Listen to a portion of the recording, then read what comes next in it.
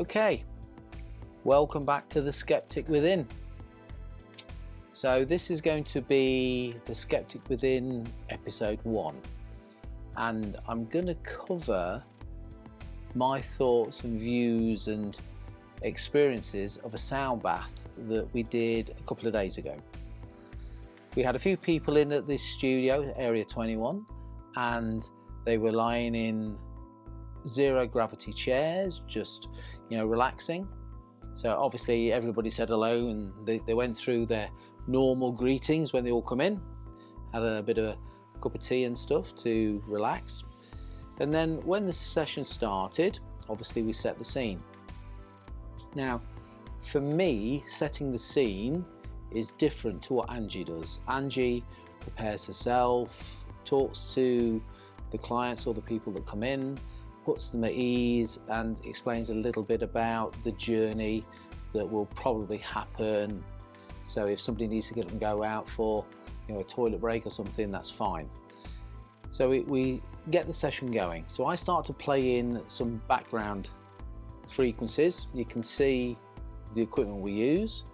So I'll start to play in certain stuff, and I will also set the scene with some lighting. Just ambient lighting to try and help people relax. Then Angie starts doing what she does best. Now, this will go on for a little while, and I'll be playing in certain sounds, adjusting the volumes to make sure nothing's too heavy or too loud or too quiet. So just to give a nice overall balance. And the funny thing is, as the session progresses, Angie's storyline might turn to a certain environment, like a forest environment. So for things like that, I'll start to play in maybe nature sounds like birds tweeting, maybe the wind whistling through the trees, something like that. It's just to give a bit of an ambience, a bit of effect to reinforce what Angie is doing. If there's some drumming going on, I might play in some tribal drums in the distance, just to reinforce the experience in the studio. Then you'll find things like maybe Angie will take people on a journey. So if they're walking through a forest, what I'll do is I'll change the lighting situation so it's dappled shades or greens, it's just not bright. And then if she walks out into like a prairie or some grassland or something like that, I'll change it to more ambers or yellows, just to make it look like the sun's coming out. Or if it's not so sunny, we bring the light volumes down. But not only that, if the storyline is going through a forest, then what I'll do is I'll play in audio sounds of footsteps walking through leaves. In the autumn, we walk through the leaves, so I'll play that in, so subconsciously the people here are hearing this walking. It's helping them with their journey. And if all of a sudden we go out into a grassland, I'll change the walking through leaves to walking through grass. And after a bit of time, we might find that you start to hear waves in the distance.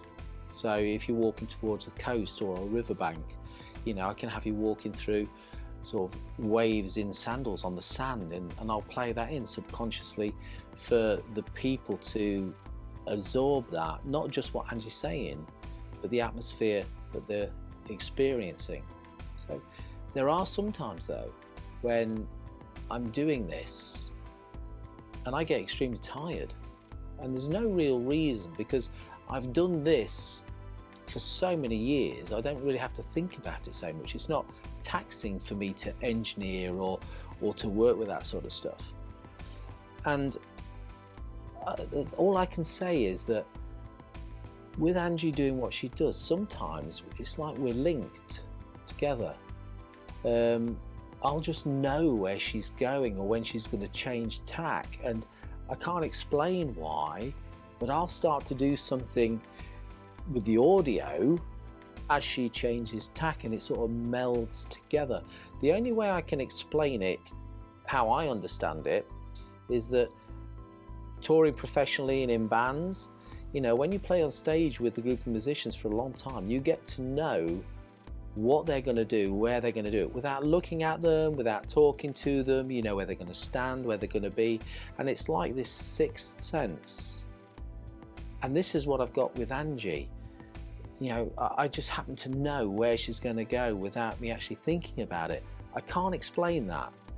Now, maybe there's something in it, and maybe there isn't.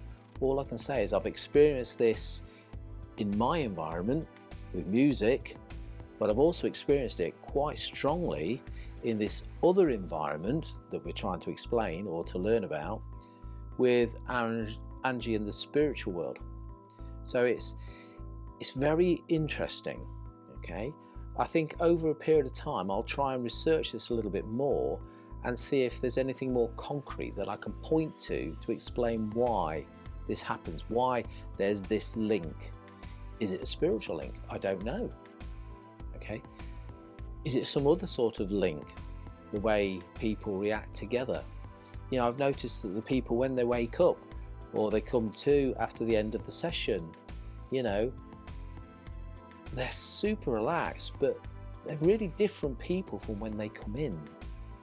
You know, it's like they just don't want it to stop. You know, they feel really relaxed, pleased they've come. You know, they all get something different out of it. Some people have a certain experience, others will have a different experience. But the story's always the same. So why does one person experience something totally different to the person sat next to them? I don't know. Answers on a postcard. So we'll carry on with this experiment. So thanks for tuning into The Sceptic Within, episode 1. Don't forget to follow us on Facebook and YouTube. We have a new app out now for booking stuff and calendars and everything. So if you want to come and do the organic thing, you can check us out with that. That's pretty much on all our links. You can see that. If you've got any questions, send them to us. It doesn't matter what the question is, doesn't matter how bizarre it sounds. You know, no question is wrong. I'm not sure we can give you the answer, but if nothing else, we can make some good friends. So please like and subscribe and share us to people around the world, and we'll hopefully see you for episode 2 in a bit. Thank you.